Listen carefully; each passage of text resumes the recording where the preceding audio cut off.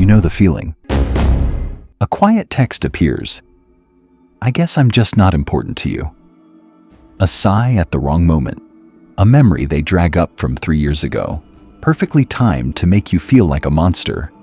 And before you can think, you're apologizing for things you didn't do, for needs you didn't even express. Guilt is the oldest weapon in the human arsenal. It doesn't require chains, locks, or threats. It only requires one thing: your willingness to carry a weight that was never yours to carry. Machiavelli warned us that whoever deceives will always find those who allow themselves to be deceived. The dog absorbs guilt like oxygen, apologizing for existing. The wolf sees the move, names it, and hands it back. Today, you'll learn 5 counter tools to turn guilt trips, emotional blackmail, and manipulations back on those who use them.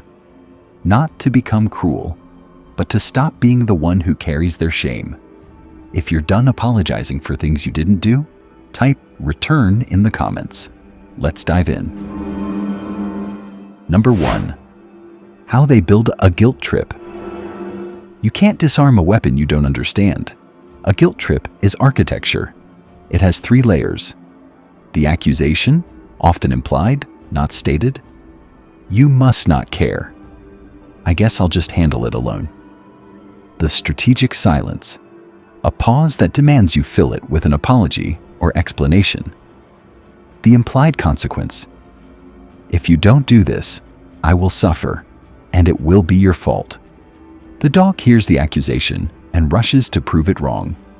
The wolf hears the accusation and asks, "Who built this?"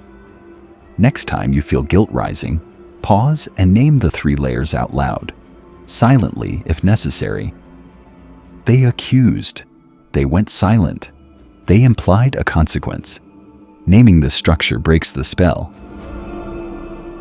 Number 2. The mirror response.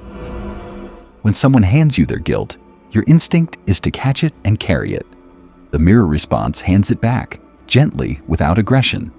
Instead of saying, "I'm sorry, you're right," you reflect the responsibility to its true owner. They say, "You're making me feel worthless." You say, "That sounds painful? Where is that feeling coming from for you?" They say, "You never have time for me." You say, "What's the specific need you're feeling isn't met?" The mirror doesn't argue. It simply returns the weight to the person who dropped it. Practice 1 mirror response this week. When someone implies you are responsible for their feeling, ask a question that places the feeling back with them. Notice how often they cannot answer. Number 3. Name the play. Silence is the manipulator's best friend. The guilt trip works because it stays unspoken. You feel guilty without knowing exactly why. Naming the play strips it of all power. When the manipulation tactic becomes visible, you say it out loud, calmly, without anger. "It sounds like you're trying to make me feel guilty, so I'll change my mind." That feels like a guilt trip. Is that what you intended? You're using your distress to get me to agree. I'm not going to decide from guilt. The moment you name it, the spell breaks. The manipulator either denies, and the tactic collapses, or confirms, and you now have clarity. Choose one low-stakes situation where you feel pressured. Calmly name what you think is happening. Do not argue. Just state the observation. Then wait. Number 4. The reverse inquiry. Manipulators rely on your defensiveness. When you rush to explain, they get to stay in the judge's seat. The reverse inquiry flips the seats. When they demand a justification, you respond with a precise, unhurried question that forces them to justify their claim. What specifically did I do? Can you show me the exact thing you're referring to? Help me understand what evidence you're using to reach that conclusion. The dog scrambles to prove innocence. The wolf sits still and waits for proof. Next time you're accused, respond with one question. Do not defend. Let them fill the space. You will often discover they have no evidence, only the weapon of your own guilt. Number 5. Strategic indifference. Guilt trips only work when they generate an emotional payoff. The manipulator wants to see you squirm, apologize, comply. Strategic indifference removes the payoff. You do not argue. You do not defend. You do not explain. You simply become uninterested. That's an interesting way to see it. I can see why you'd feel that way. I'm not going to engage with guilt. Let me know when you're ready to talk directly. The dog stays in the mud, hoping to be seen as good. The wolf steps out of the mud, leaves the fight, and watches the manipulator exhaust themselves. Identify one relationship where guilt is used regularly. The next time it appears, respond with one neutral sentence and then change the subject or exit the conversation. No explanation, no apology, just absence. If the idea of not carrying guilt feels terrifying, uncomfortable, or wrong, that's your signal.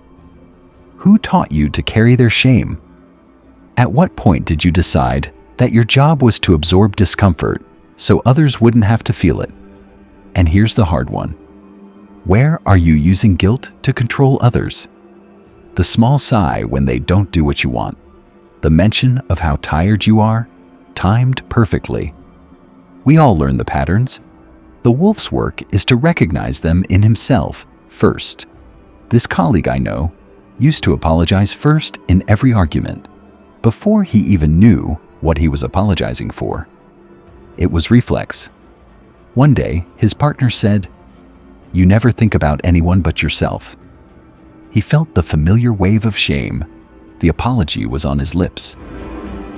Instead, he asked, "What specifically did I do that made you feel that way?" She couldn't answer. She repeated the accusation. He asked again, "Can you name the exact thing?" She stopped. The conversation shifted. He didn't win an argument. He simply stopped carrying a weight that wasn't his. Their relationship changed after that, not because he became cold, but because he stopped being the one who always broke first.